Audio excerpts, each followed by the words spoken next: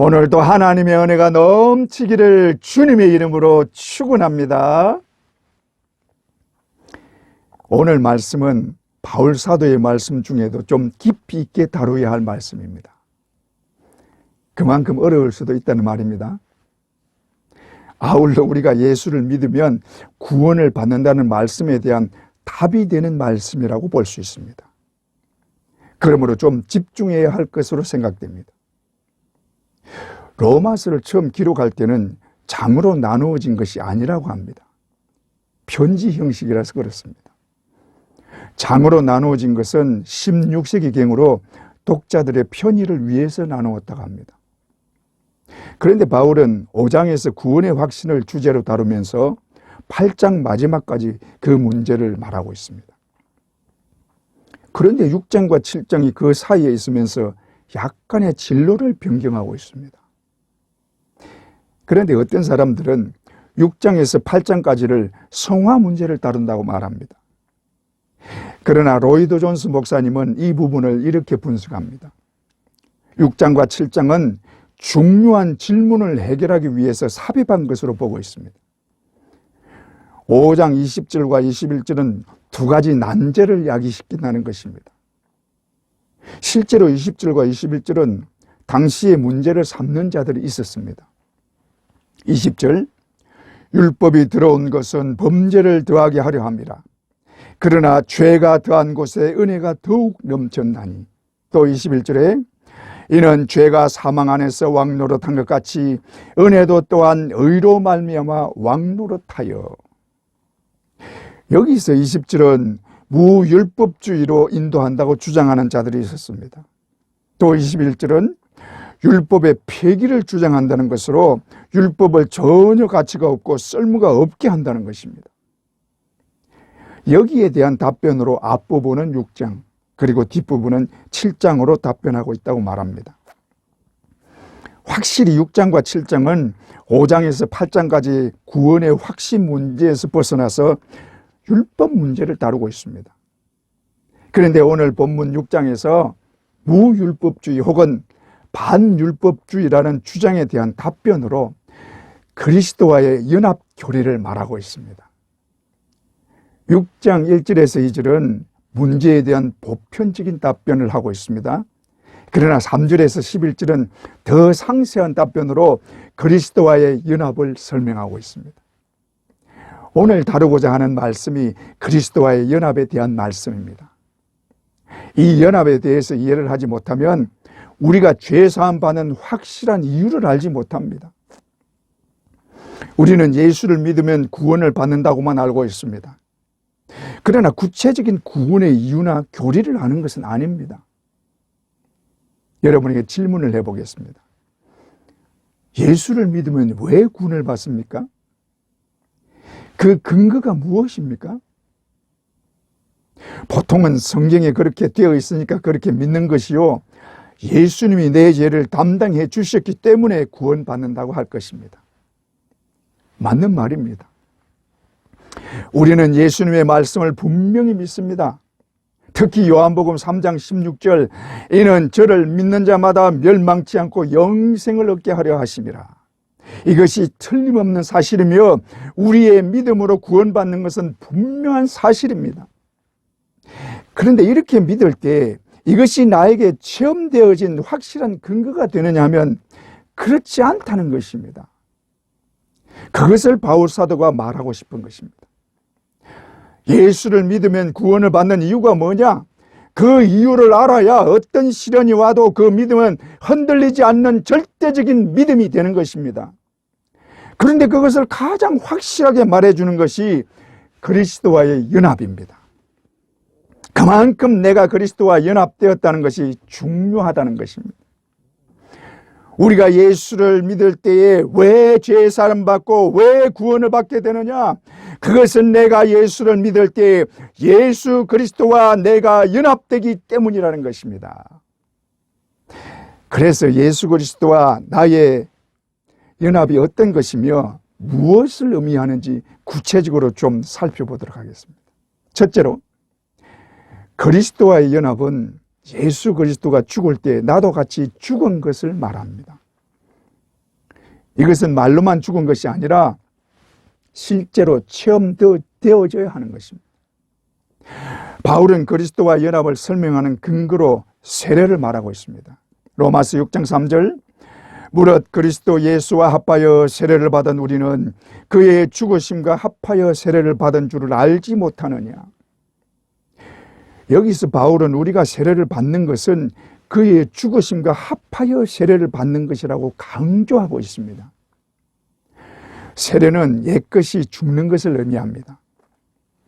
그러므로 세례의 진정한 의미는 세례를 받기 전에 나의 모든 것이 죽는다는 의미입니다. 예수님이 니고데모에게 거듭나야 하나님 나라에 들어갈 수 있다고 말씀하실 때 물과 성령으로 거듭나야 한다고 말씀하셨습니다. 요한복음 3장 5절, 예수께서 대답하시되 진실로 진실로 내게 이르노니 사람이 물과 성령으로 나지 아니하면 하나님 나라에 들어갈 수 없느니라. 여기서 물과 성령은 세례를 의미합니다. 그리고 거듭났다는 것은 죽었다가 다시 산다는 말입니다. 그러므로 그 전에 나의 모든 것이 죽고 물과 성령으로 새롭게 되어 새로운 생명으로 나는 자라야 하나님 나라에 들어간다는 말입니다. 그런데 형식적인 세례가 아닌 실제적 세례, 바울이 말하는 세례는 언제 받느냐 하면 예수 그리스도를 나의 구주로 믿을 때 예수 그리스도의 죽음과 합하여 세례를 받는 것입니다. 그러므로 예수 그리스도가 십자가에 죽을 때 우리도 함께 죽었다는 것입니다. 그것이 세례를 받는 것입니다. 무릇 예수 그리스도와 합하여 세례를 받은 우리는 그의 죽으심과 합하여 세례를 받은 줄을 알지 못하느냐. 다시 말해 예수 그리스도가 십자가에 달려 죽을 때 그 죽음이 곧 너의 죽음이다. 그것을 왜 모르느냐 하는 말입니다. 너는 예수와 함께 죽었다. 그러므로 십자가에 달린 자가 내 자신인 것을 알아라 하는 것입니다. 여러분, 우리가 알다시피 예수는 우리의 죄악 때문에 죽었습니다. 예수 그리스도는 우리를 살리기 위해 어린 양으로 대속의 제물이 되어 보혈의 피를 흘리시고 죽었습니다. 그 피로 영원히 죽어야 할 우리를 살렸습니다. 믿습니까? 그러나 그 십자가가 예수님이 죽어야 할 자리가 아니라 내가 죽어야 할 자리입니다. 왜냐하면 그 죄가 나의 죄이기 때문입니다. 죄의 값은 사망입니다. 그러므로 그 십자가는 내가 져야 할 십자가요, 예수님이 져야 할 십자가가 아닙니다. 십자가에 달린 자가 예수가 아니라 바로 나입니다. 그 십자가에 달린 자신을 보세요. 그러므로 예수 그리스도의 죽음은 곧 나의 죽음인 것입니다. 이것이 그리스도와 연합해서 죽은 것이 되는 것입니다. 무릇 그리스도 예수와 합하여 세례를 받은 우리는 그의 죽으심과 합하여 세례를 받은 줄을 알지 못하느냐. 우리는 예수 그리스도가 십자가에 달려 죽었을 때 함께 달렸고 죽었을 때 함께 죽은 자들입니다. 믿습니까? 그런데 왜 아직도 살아있습니까? 왜 죽지 못하고 고개를 빳빳이 들고 있습니까? 왜 하나님 앞에 온전히 무릎 꿇지 못하는 것입니까? 우리는 죽은 자들입니다. 예수 그리스도와 함께 죽었습니다. 여러분 믿습니까? 그런데 우리가 죽은 자가 된 것은 특별히 죄에 대하여 죽었다는 것입니다. 예수 그리스도가 죽은 것은 우리 죄를 대신하여 죽은 것입니다. 그러므로 바울 사도가 말하는 그리스도와의 연합에서 예수 그리스도가 죽을 때 우리도 함께 죽었다는 것은 죄에 대하여 죽었다는 것입니다. 죄에 대하여 죽되 완전히 죽었다는 것입니다. 바울 사도는 죄에 대하여 죽은 이 말에 부정과거형 동사를 쓰고 있습니다. 죽은 이 말이 부정과거형 동사입니다. 이 말은 과거 어느 한 시점에 끝났다는 것을 의미하는 것입니다. 다시 말해 죽었다는 말은 과거에 이미 완전히 끝났다는 것입니다. 로마서 6장 2절, 죄에 대하여 죽은 우리가 어찌 그 가운데 더 살리요. 이 말은 로마서 5장 20절에 대한 대답으로 한 말입니다. 20절, 율법이 들어온 것은 범죄를 더하게 하려 함이라. 그러나 죄가 더한 곳에 은혜가 더욱 넘쳤나니. 이 말에 대해서 반대의 말을 하는 사람들이 말하기를, 죄가 더한 곳에 은혜가 더욱 넘쳤다면 은혜를 넘치게 하려고 죄를 지으라는 말이냐 하고 비판을 한 것입니다. 여기에 대해서 바울은 어떻게 은혜를 받으려고 죄를 지을 수 있느냐?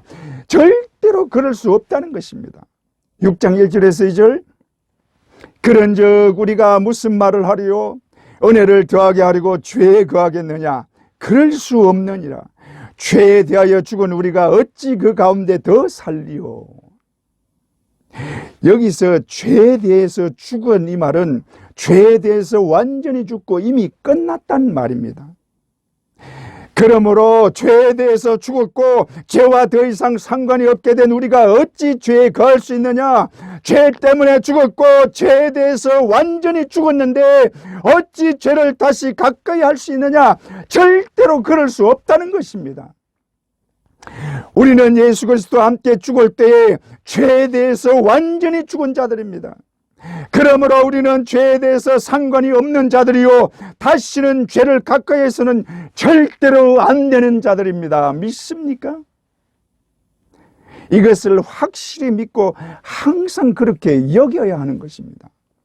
로마서 6장 11절, 이와 같이 너희도 너희 자신을 죄에 대하여는 죽은 자요 그리스도 예수 안에서 하나님께 대하여는 살아있는 자로 여길지어다.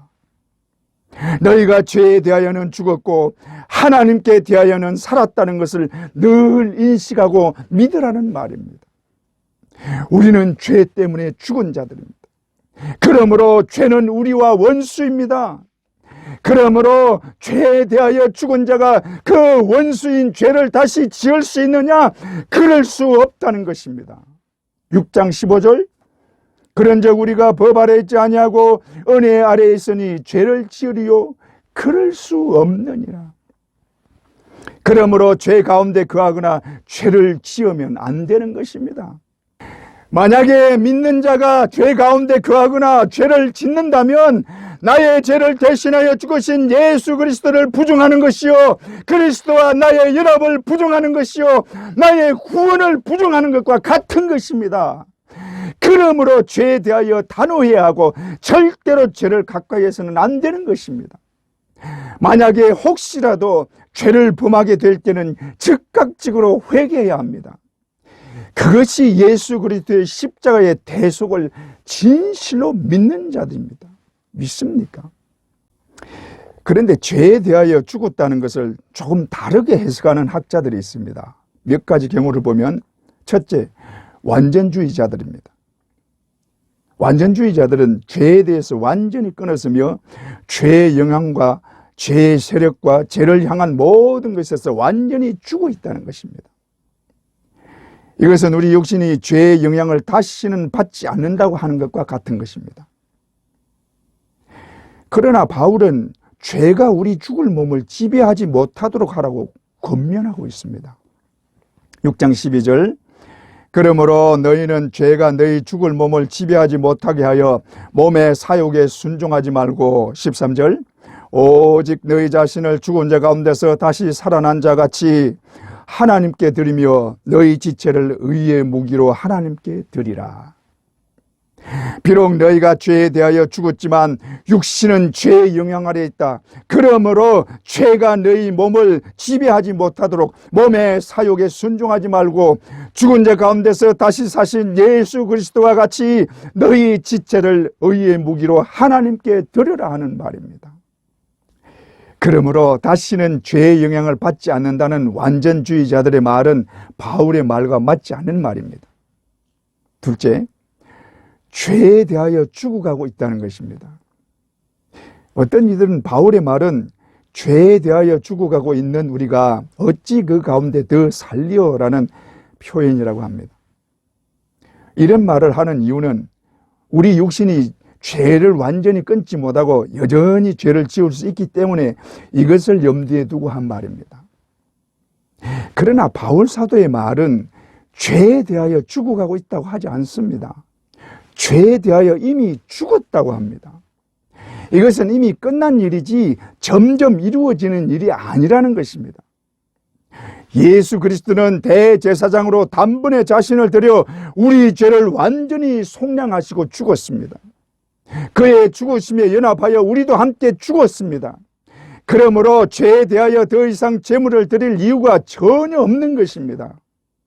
우리는 죄에 대하여 점점 죽어가고 있는 것이 아니라 죄에 대하여 이미 죽었습니다. 그러므로 우리는 죄와 사망에서 완전히 벗어난 자들입니다. 믿습니까? 셋째, 죄와 관계를 끊었다는 것입니다. 이것은 찰스 하츠의 진술인데, 찰스 하츠는 바울의 이 진술은 죄와 관계를 끊은 우리가 어찌 그 가운데 더 살리어 하는 말이라고 하는 것입니다. 그런데 우리가 죄와 관계를 끊었다는 말은 우리 스스로가 죄와 관계를 끊었다는 것을 강조하는 것입니다. 예수 그리스도가 하신 일을 강조하는 것이 아니라 우리를 강조하고 있는 것입니다. 이것은 바울 사도가 하는 말을 잘못 이해하고 있는 것입니다. 찰스 하츠는 굉장히 유명한 학자요, 19세기 미국 계획주의 신학을 이끌며 프린스턴 신학을 완성시킨 대단한 신학자입니다. 그러나 찰스 하츠는 중생 문제에 치명적인 오류를 범하고 있습니다. 그렇다고 찰스 하츠를 비판하고자 하는 것은 아닙니다. 하츠는 중생을 새 마음, 새로운 자아를 하나님이 주시는 것이며 중생할 때 새로운 생명이 영혼에 전달된다고 말하고 있습니다. 이것은 우리가 믿는 중생과 다른 비성경적인 것입니다. 중생은 새로운 생명이 우리 영혼에 전달되는 것이 아니라 성령에 의해 죽었던 영혼이 새롭게 거듭나는 것입니다. 그동안 하나님과 우리 영혼은 단절되어 있었습니다. 이것을 일컬어 우리 영혼이 죽었다고 말하는 것입니다. 그러나 성령에 의해 우리 영혼이 다시 살아나는 것입니다. 다시 살아난다는 말은 하나님과의 관계가 회복되는 것을 말합니다. 이것이 거듭나는 것입니다. 그런데 하츠는 새로운 생명이 우리 영혼에 전달된다고 하는 것입니다. 뿐만 아니라 우리가 죄와 관계를 끊었다는 말은 바울 사도가 하는 말과는 완전히 다른 것입니다. 바울 사도는 우리가 죄에 대해서 죽었으며 우리의 신분 자체가 죄에 거하던 데에서 은혜 안으로 들어왔다는 것을 강조하는 것입니다. 그러므로 죄와 관계를 끊었다는 말은 바울의 말과 맞지 않는 것입니다. 넷째, 죄책에 대해서 죽었다는 것입니다. 이것은 로버트 할덴이라는 학자의 진술인데, 로버트 할덴이는 스코틀랜드 사람으로 18세기에 그 나라의 선교를 위해 자신의 성을 팔 정도로 열정적인 사람이었습니다. 그럼에도 로마서 6장 2절의 해석은 바울이 말하고자 하는 것과는 맞지 않는 말을 하고 있습니다. 우리가 죄에 대하여 죽었다는 것을 죄책에 대하여 죽었다고 한다는 것입니다. 이 말은 법을 어겼다는 법정 책임을 벗어난 것이라고 말합니다. 따라서 죄에 대한 책임은 벗어났지만 여전히 죄의 근세 아래 놓여 있다는 것입니다.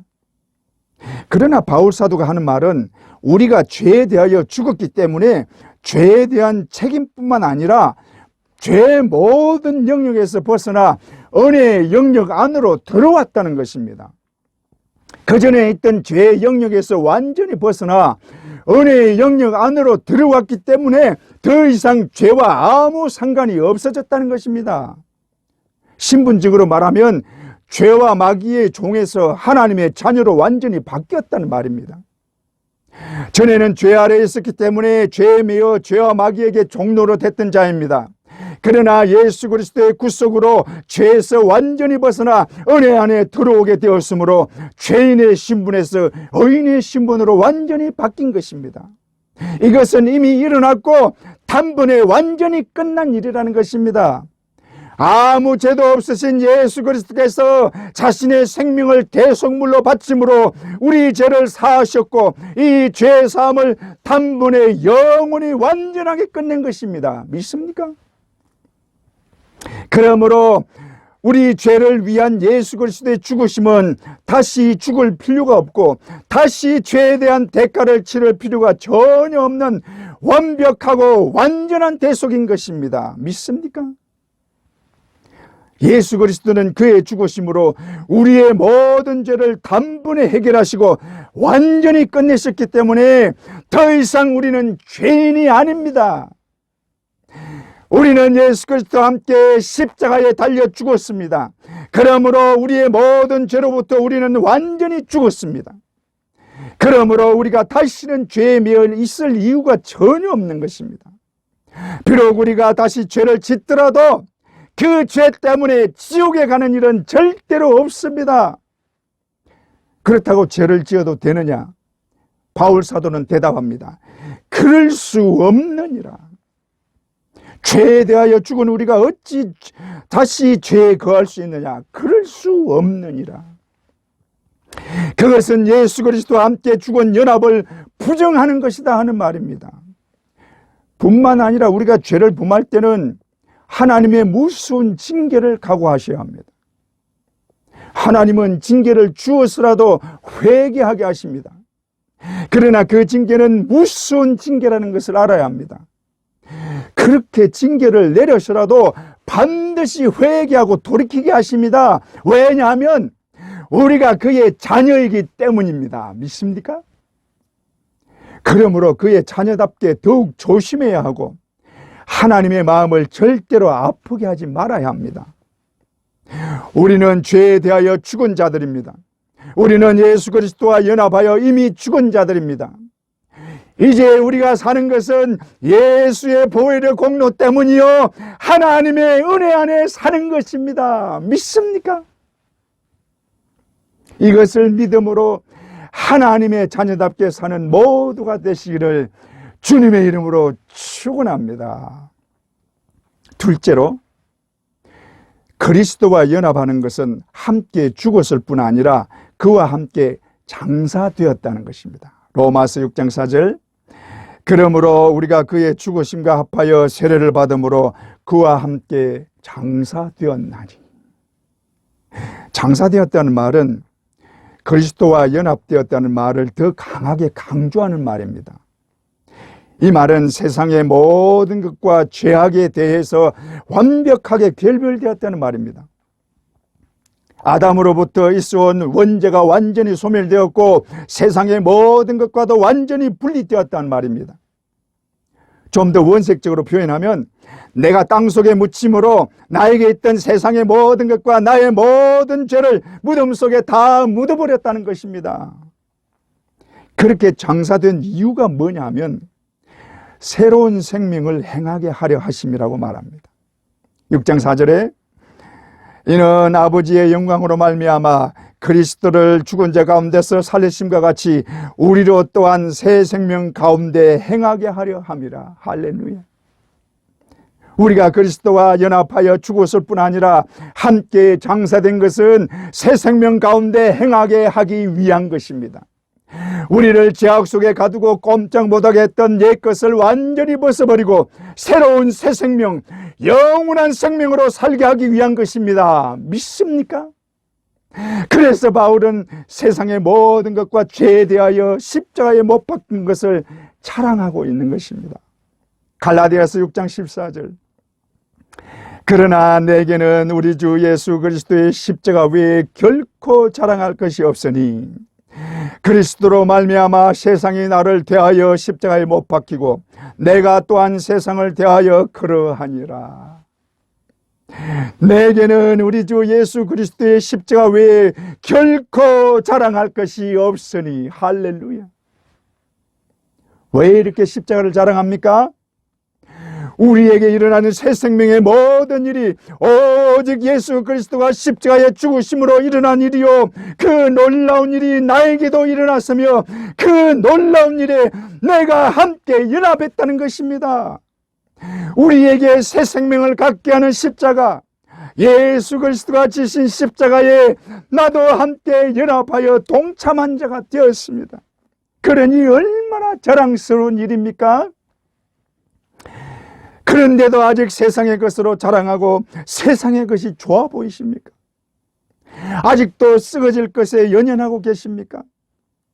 이제는 세상과 결별해야 하고 세상의 것으로 만족해서는 안 되는 것입니다. 우리는 예수 그리스도와 함께 십자가에 죽었습니다. 죽었을 뿐 아니라 예수 그리스도와 함께 장사되었습니다. 그러므로 우리는 세상과 완전히 분리된 자들이요, 예수 그리스도께 연합된 완전히 새로운 생명을 입은 자들입니다. 믿습니까? 우리가 그의 죽으심과 합하여 세례를 받음으로 그와 함께 장사되었나니 이는 아버지의 영광으로 말미암아 그리스도를 죽은 자 가운데서 살리심과 같이 우리로 또한 새 생명 가운데서 행하게 하려 함이라. 할렐루야. 이 믿음으로 새 생명을 얻은 자가 되어 언제나 충만한 은혜 안에 거하는 모두가 되시기를 주님의 이름으로 축원합니다. 셋째로, 부활에 대해서도 연합되었다고 말합니다. 흔히 부활을 죽은 자가 살아나는 것이라고 말합니다. 그러나 이것은 틀린 말입니다. 이제부터 부활에 대해서 정확하게 알았으면 좋겠습니다. 부활은 죽은 자가 살아나는 것이 아닙니다. 세상에는 죽었다가 살아난 자들이 많이 있습니다. 그러나 그들을 보고 부활했다고 하지는 않습니다. 예수님도 죽은 자들을 살렸습니다. 그러나 그들이 부활한 것은 아닙니다. 세상에서 지금까지 부활하신 분은 오직 예수님밖에 없습니다. 왜냐하면 부활은 완전히 새로운 몸인 신령한 몸으로 살아나는 것이기 때문입니다. 육신과 영혼이 따로가 아닌 완전히 하나가 된 새로운 몸, 신령한 몸으로 살아나는 것입니다. 예수님의 부활하신 몸은 평소에 예수님의 몸이 아니라 완전히 새롭게 변화된 신령한 몸입니다. 이 신령한 몸이 어떤 몸이냐 하면 인간이 가지고 있는 시간과 공간의 제약에서 완전히 벗어나는 몸입니다. 그러나 살과 뼈가 있는 몸입니다. 비록 살과 뼈가 있지만 우리 육신이 가지는 약점이나 한계가 전혀 없는 초월적인 몸입니다. 그래서 예수님이 부활하신 후에 사람들 앞에 갑자기 나타났다가 갑자기 사라지기도 하신 것입니다. 이것이 부활한 신령한 몸입니다. 이 신령한 몸이 우리가 부활할 때 입게 될 몸입니다. 믿습니까? 이 신령한 몸은 다시는 죽지 않는 몸입니다. 세상에서의 어떤 제약도 받지 않는 몸입니다. 먹을 필요도 없고 잠을 잘 필요도 없는 몸입니다. 이 신령한 몸을 입는 것이 부활입니다. 이 부활을 예수 그리스도와 함께 연합된 우리는 이미 예수 그리스도와 함께 부활에 참여한 자가 되었다는 것입니다. 로마서 6장 5절에 만일 우리가 그의 죽으심과 같은 모양으로 연합한 자가 되었으면 또한 그의 부활도 같은 모양으로 연합한 자도 되리라. 할렐루야. 바울이 말하는 것은 우리가 예수 그리스도와 연합한 자가 된 것은 죽음뿐 아니라 모든 것이 연합하였다는 것입니다. 그의 십자가에 함께 죽은 것으로 끝나는 것이 아니다. 그의 십자가에 함께 죽은 자는 무덤에도 함께 장사된 자요 또한 그의 부활과 함께 부활한 자이다 하는 말입니다. 그러므로 예수 그리스도의 부활에도 연합하여 예수 그리스도의 부활이 곧 나의 부활이 된다는 것입니다. 8절, 만일 우리가 그리스도와 함께 죽었으면 또한 그와 함께 살 줄을 믿노니. 우리가 예수와 함께 죽었으면 함께 살아나는 것이 당연한 것이다. 우리는 이것을 믿는 자들이다 하는 말입니다. 바울은 우리가 예수 그리스도와 함께 부활한 것을 강조합니다. 왜냐하면 우리가 죄의 영향에서 완전히 벗어났으며 죄와 상관없는 새로운 생명을 가졌다는 것을 알 수 있는 것이 부활이기 때문입니다. 예수 그리스도의 부활은 죄와 사망을 이기셨다는 승리의 선언입니다. 예수 그리스도의 부활은 마귀에게는 승리를 선포하는 것이요 우리에게는 영원한 생명의 약속인 것입니다. 믿습니까? 그만큼 예수 그리스도의 부활은 의미가 큰 것입니다. 그래서 바울은 만약에 예수 그리스도가 부활하지 않았다면 우리의 믿음은 헛것이라고 말합니다. 고린도전서 15장 17절에서 19절, 그리스도께서 다시 살아난 일이 없으면 너희의 믿음도 헛되고 너희가 여전히 죄 가운데 있을 것이요 또한 그리스도 안에서 잠자는 자도 망하였으리니 만일 그리스도 안에서 우리가 바라는 것이 다만 이 세상의 삶뿐이면 모든 사람 가운데 우리가 더욱 불쌍한 자이리라. 우리는 예수 그리스도가 우리 죄를 대신 지고 십자가에 달려 죽으심으로 이것을 믿는 모든 자들이 죄 사함 받는 것을 믿습니다. 여러분 믿습니까? 그러나 만약에 예수 그리스도가 십자가에 달려 죽고 나서 다시 살아나지 않았다면 우리의 죄가 사함받는 증거가 없는 것입니다. 왜냐하면 예수님이 십자가에서 죽고 무덤에 묻혀 그것으로 끝났다면 죄와 사망의 권세에 굴복당한 것이기 때문에 우리 대신 죽은 것이 소용이 없는 것입니다. 아무리 우리 죄를 사하였다고 해도 우리는 여전히 죄와 사망의 권세 아래서 사망에게 종노릇하는 자리에 있을 것입니다. 그러므로 우리가 믿는 믿음은 헛것이 되는 것이요 그 헛것을 믿고 있기 때문에 세상 사람들보다 더 바보짓을 하는 불쌍한 자가 되고 마는 것입니다. 이것이 안 믿는 자들이 우리를 바라보는 시선입니다. 안 믿는 자들은 우리가 헛것을 믿는 불쌍한 자들로 보고 있습니다.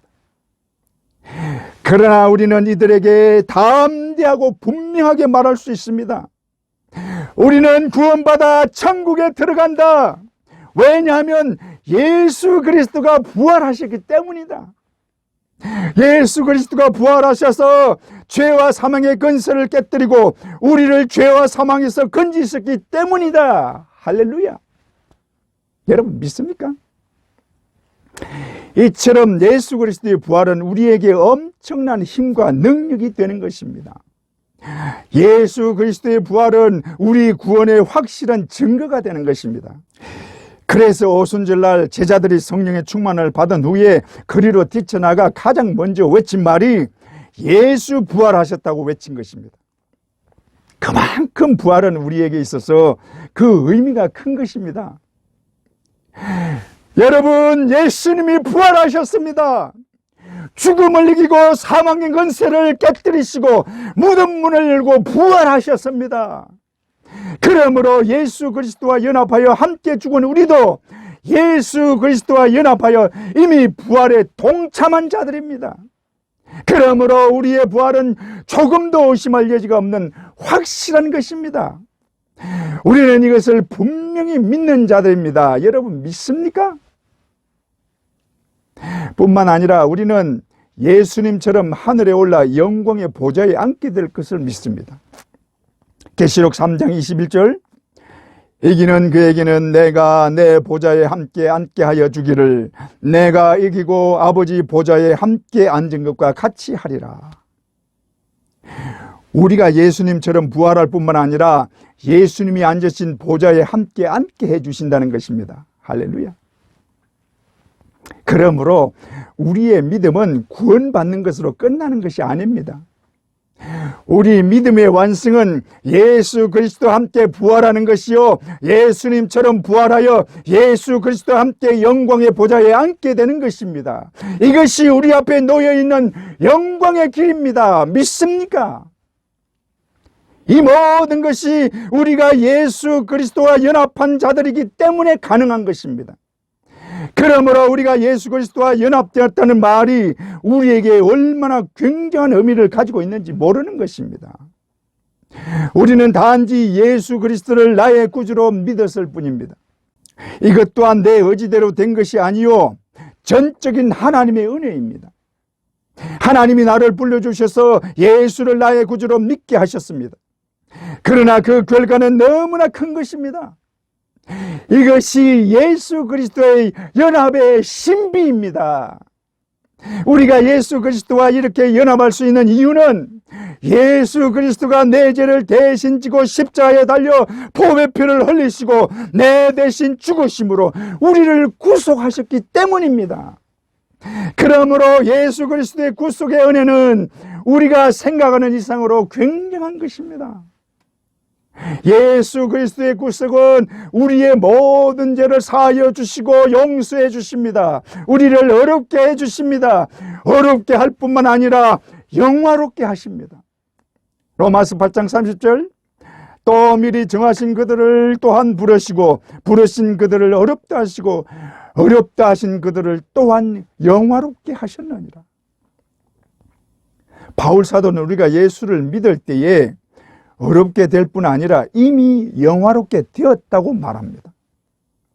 앞으로 하늘나라에 올라가 영화롭게 되는 것이 아니라 이미 영화롭게 되었다는 것입니다. 이 말이 언뜻 이해가 안 될 수도 있습니다. 아직 이 땅에 살고 있는 우리가 어떻게 이미 영화롭게 되었다는 말입니까? 이것을 이해하는 데 가장 좋은 것이 그리스도와의 연합입니다. 예수 그리스도는 부활하셔서 하늘에 오르시고 하늘나라 천국에서 이미 영광을 받으시고 영화롭게 되셨습니다. 그러므로 그와 함께 연합된 우리도 예수님처럼 이미 영광의 자리에 있는 것이요 이미 영화롭게 되었다는 것입니다. 이것이 앞으로 이루어질 일이 아니라 이미 우리에게 이루어진 일이라는 것입니다. 어렵다 하신 그들을 또한 영화롭게 하셨느니라. 이것이 어떻게 가능하냐? 내가 예수 그리스도와 연합된 몸이기 때문입니다. 그러므로 이미 우리는 영화롭게 된 자들입니다. 이것을 믿어야 합니다. 이 사실을 분명히 믿는다면 우리의 삶은 완전히 달라질 것입니다. 더 이상 세상에 연연하지 않을 것입니다. 세상의 것을 욕심내지도 않을 것입니다. 죄를 가까이 하지도 않을 것입니다. 왜냐하면 내 앞에 하늘의 영광이 있기 때문입니다. 여러분, 세상 보지 말고 내가 받을 영광, 이미 나에게 주어져 있는 하늘의 영광을 바라보세요. 비록 지금 우리가 이 땅에 살고 있을지라도 하늘나라의 영광 가운데 있는 자들이기 때문에 하늘의 영광이 마음속에 차고 넘치는 것입니다. 하늘의 영광, 하늘의 영광, 나의 마음속에 차고도 넘쳐. 할렐루야. 우리는 예수 그리스도와 연합된 자들입니다. 그러므로 예수 그리스도와 모든 것을 함께하는 자들입니다. 우리는 예수 그리스도와 함께 십자가에 못 박혀 죽은 자들입니다. 예수 그리스도와 함께 장사 지낸 자들입니다. 그뿐 아니라 예수 그리스도와 함께 부활한 자들이요 그와 함께 영광의 보좌에 앉은 자들입니다. 이것이 그리스도와 연합된 자의 복입니다. 그러므로 우리는 예수 그리스도와 함께 이미 천국의 삶을 사는 자들입니다. 믿습니까? 이 모든 것이 하나님의 은혜요 신실하신 하나님의 약속입니다. 이것을 보증하신 분이 나를 위해 죽으신 예수 그리스도이십니다. 우리는 예수와 함께 죽고 예수와 함께 사는 자들입니다. 이것을 믿음으로 언제나 천국의 영광과 기쁨이 넘치기를 주님의 이름으로 축원합니다.